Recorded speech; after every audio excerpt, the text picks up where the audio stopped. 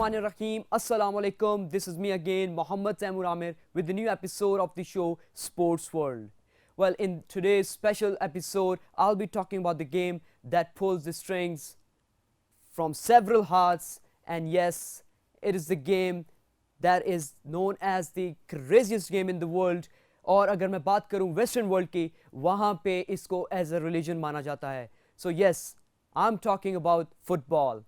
So luckily we have a guest. He's a multi-talented young boy and he's a 23 years old, Irish born Pakistani, and he's a mathematician, he's a motivational speaker, and he's a fund analyst, as well as most importantly he's best known for the football freestyling. So without any delay, let me introduce you Mr. Shahrukh Beg. Assalamu alaikum. Assalamu alaikum, Taimur. How are you doing? I'm good. How are you? I'm good, thanks, and it's great to be here today. So welcome to my show and welcome to the Bahria University.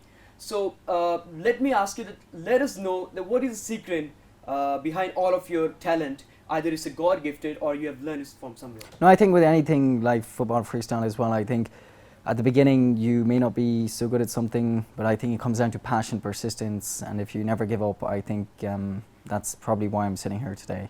Yeah. Okay. So like, from where did you get this inspiration from? I know one day I just saw someone doing it on television, so I just thought I'd give it a go myself. You know, I've always been into football, you know, following Chelsea in the English Premier League. So I just thought I'd give it a go, and yeah, just kept practicing day and night, and yeah. Okay, so like it would be unjustified if I don't ask you that who is your favorite player and which team you're supporting. Yeah, so when I was younger, I was a big fan of Didier Drogba, who used to play with Chelsea. I was kind of a die-hard Chelsea fan, kind of used to buy their home, away and third kit jersey each season. But like over the last 3-4 years, I'm not into football that much because I just think it took up too much of my time and stuff. So I just kind of eased off it slightly. So yeah. Okay. So like, as a motivational speaker, like from where did you started it? Like, is there any special reason for it? Well, like starting you like motivating. Yeah, people? I just think, you know, I've studied mathematics from one of the top universities in Ireland, and doing this freestyle football, and a lot of people used to say, you know, what are you doing, wasting your time doing all of this, you know, how can you balance, you know, the freestyle and the maths, you know, I mean, both of them are quite difficult concepts, you know, different worlds, polar opposite things, you know. So I just think, you know, in life, if there's a will, there's always a way, and if there's not a will, there's always an excuse. So I just think if you really want to do something, you know, you can always do it. Okay, yeah. That's very pertinent points you have highlighted. Well, actually, as a student, what I feel like I'm a media student, I have to study mathematics. So as a mathematician, like what you see mathematics in like a future, like if in a professional life. Yeah, so as I mentioned, I'm working as a fund analyst at the Bank of New York. So I guess, you know, I mean, there's a lot of quick calculations you have to do. You kind of have to use a lot of stats and probability to kind of compare numbers and historical prices of different like investments and so on like that.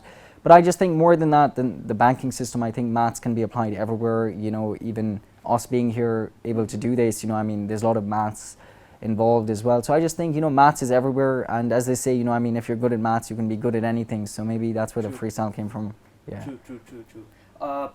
Okay, like there's a perception like the Pakistanis out of the country, they only play cricket. So that's just a perception. So what you like to say on it? Like the people, they play, you know, just a cricket or something else, like the sports outside of they're Pakistan. Involved? Like outside the Pakistan. Yeah, outside of Pakistan. Well, like, you know, I've lived in Ireland, I've travelled a lot around the world and stuff. Like, for example, talking on behalf of Ireland, if so, then I think cricket is kind of played, it's kind of known about. I think Ireland do have a cricket team. I think their first test match was against Pakistan last summer.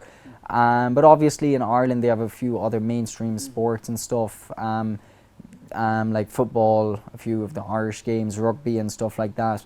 But I think, you know, a sport like football, I think it's very accessible to everyone, whether you're old, young, disabled, enabled, or what so.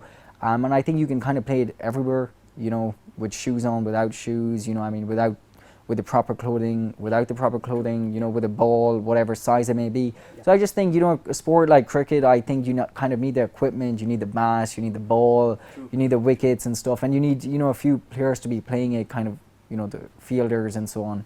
Okay, so can you please tell me that how the the freestyling, the football, it can be linked with the motivation, like motivating people? Yeah, so I think the freestyle football, how it is linked and how it could be linked is that I think when I do the freestyle tricks and stuff, you know, I mean, a lot of people, you know, can be like, how do you do that? How's that possible? You know, I mean, to balance the ball on your lips or on their sole of your foot, you know, lying down and stuff.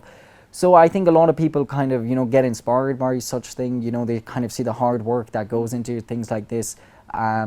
So I just think I kind of related it. You know, that's why I do, whenever I do kind of shows and performances, I do the freestyle first. Okay. And then I do the motivational talk kind of after it. So, yeah. Okay, that's right.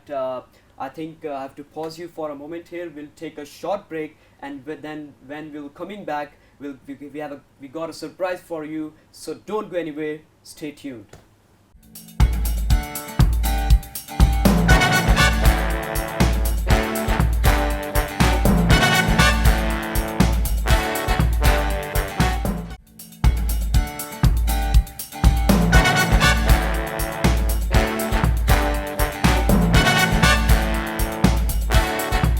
We'll be right back, and we'll continue the talk with Mr. Shahrukh Beg, and he's truly an inspiration for people like me, and I've learned a lot from him. So Shahrukh, tell me like this scope of football in Pakistan. They're very talented people, but I think the lack of facilities, they don't let them to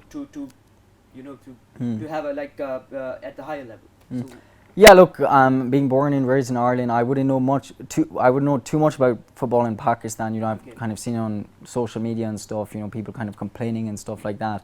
But I just think in a society like Pakistan, which is obviously a much more conservative society than Ireland, like number one, as you mentioned, you know, yourself, the lack of facilities, you know, I mean, like clubs, you know, around the country and stuff in the major cities, I don't think they're sufficient, you know, for their population of Pakistan. And I think the second thing, which is the main thing, is I think the encouragement coming from the top, like, you know, parents and, you know, teachers and mentors and stuff, like, do they really believe in the kids, you know, that they can actually make it to their international level? I'm not too sure, you know. So I think, you know, those are the two main issues.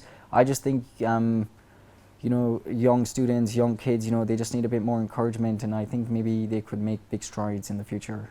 Okay.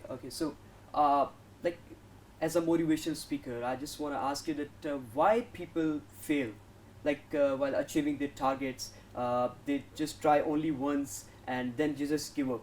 So Yeah. what would you Yeah, like so to that's a know? good question, you know.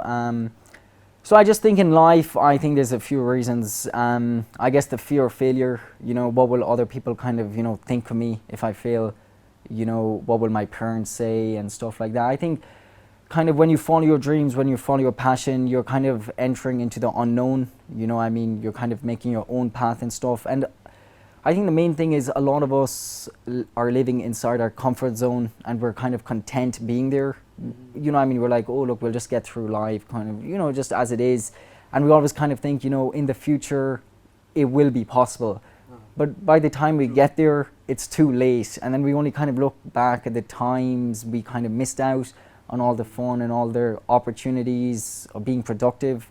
You know, and I think, but I think the fear of failure, I think, is the biggest one, you know, and kind of maybe the fear of being different, you know, because I think the people who are different are the ones who end up making a difference, you know, so yeah.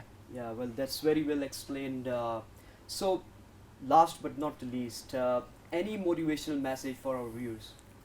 Yeah, so, you know, guys, thanks for watching. And look, the only message I would have for you guys is that, look, if you believe in yourself, you know, that's all it takes, I think, to pursue a passion. So that would probably be the primary message. And just never give up.